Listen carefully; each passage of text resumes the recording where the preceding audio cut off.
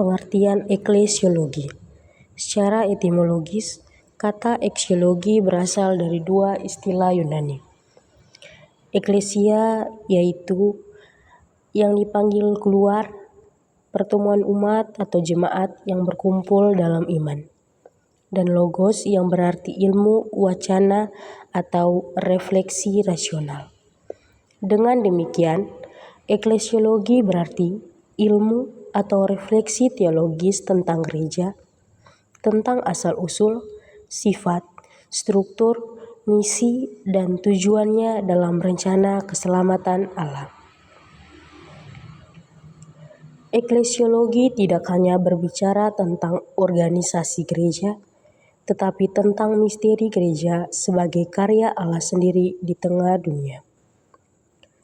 Gereja bukan hanya tempat ibadah atau lembaga sosial, melainkan komunitas iman yang hidup dari Kristus dan dipersatukan oleh Roh Kudus. Dalam refleksi teologis, gereja dipahami dalam 4 dimensi utama. Yang pertama, misteri ilahi, yaitu gereja yang lahir dari kehendak dan cinta Allah. Yang kedua, realitas historis, berarti gereja hadir dan berkembang dalam sejarah manusia. Yang ketiga, komunitas iman, yaitu gereja adalah umat Allah yang percaya dan bersatu dalam Kristus. Dan yang keempat, lembaga sosial dan sakramental, yaitu gereja yang memiliki struktur dan misi konkret dalam masyarakat. B. Mengapa mempelajari eklesiologi itu penting? Belajar eklesiologi bukan hanya tentang mengetahui teori, tetapi untuk menghayati iman akan gereja secara lebih dalam. Ada beberapa alasan utama mengapa studi ini penting. Yang pertama, menemukan jati diri. Banyak orang melihat gereja hanya sebagai lembaga manusia.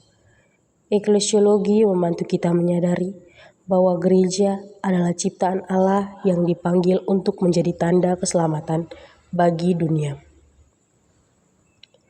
Yang kedua, memahami panggilan diri sebagai anggota gereja.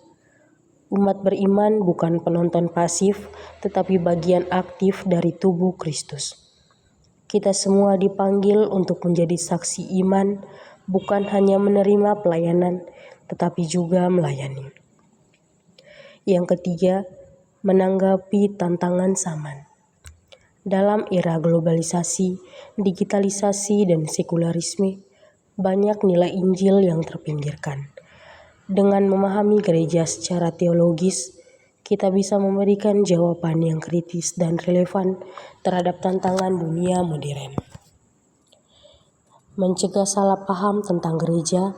Ada yang menilai gereja hanya sebagai dari sisi politik, ekonomi, atau moral.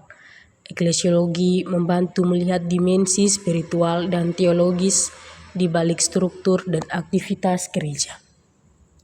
Yang keempat, mendorong partisipasi aktif.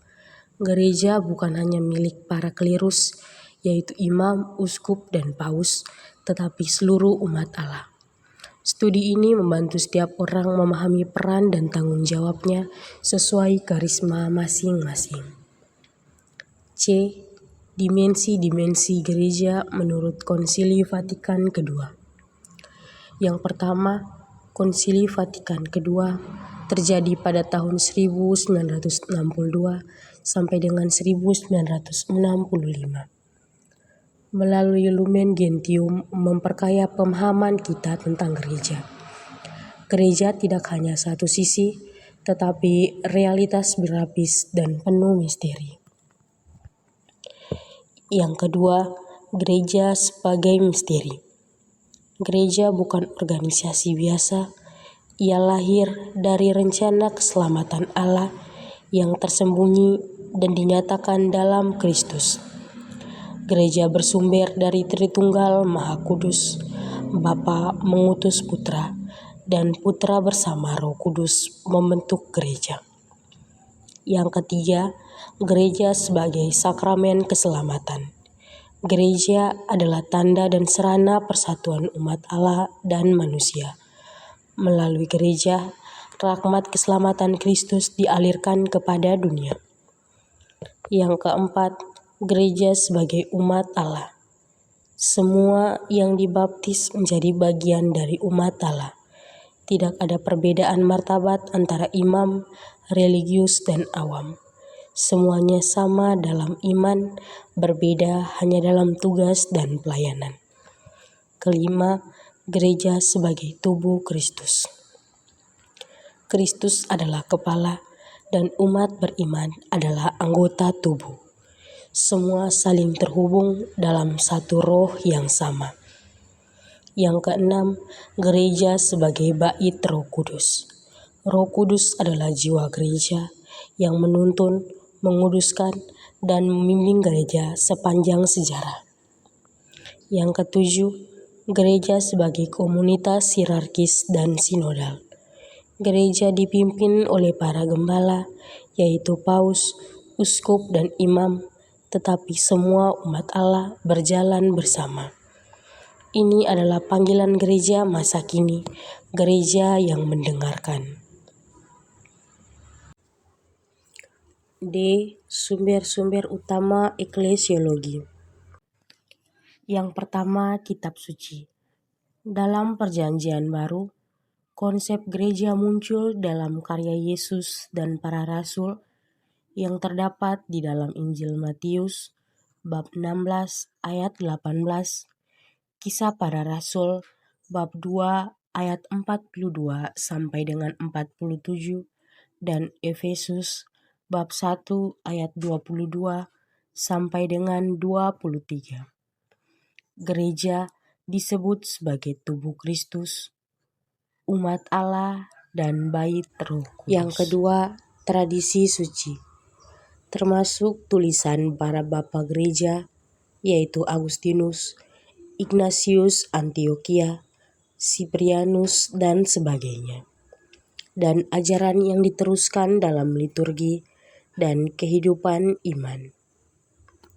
Yang ketiga, magisterium gereja atau ajaran resmi. Yang ketiga, magisterium gereja atau ajaran resmi. Seperti dokumen penting, yaitu Lumen Gentium, Gaudium et Spes, dan Evangelii Gaudium, dan lain-lainnya. Yang keempat, teologi kontekstual. Gereja di setiap tempat merefleksikan imannya dalam konteks budaya, sosial, dan tantangan lokal.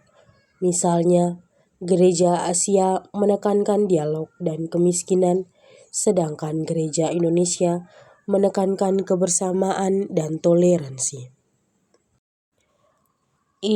Sejarah singkat perkembangan pemahaman tentang gereja. Yang pertama, Zaman Apostolik. Gereja adalah komunitas kecil yang hidup dari sabda dan kasih, dipimpin oleh para rasul. Yang kedua, Abad Pertengahan. Gereja dipandang sebagai lembaga hukum dan kekuasaan rohani. Hierarki sangat dominan. Yang ketiga, Zaman Reformasi. Gereja dikritik oleh para reformator, muncul penekanan pada kitab suci dan iman pribadi. Yang keempat, Konsili Vatikan II. Gereja diperbarui menjadi komunitas umat Allah yang partisipasif dan misioner. Yang kelima, gereja zaman modern, berfokus pada sinodalitas, keterlibatan awam, dan kehadiran aktif di dunia sosial dan digital. Tantangan eklesiologi dewasa ini. Yang pertama, sekularisme dan krisis iman. Banyak orang kehilangan kepercayaan pada intuisi gereja. Yang kedua, krisis moral dan skandal. Tantangan bagi gereja untuk menjadi lebih transparan dan bertobat secara struktural. Yang ketiga, digitalisasi dan media sosial. bagaimana gereja mewartakan Injil di dunia maya dengan cara yang bijak dan relevan. 4. Keterlibatan awam.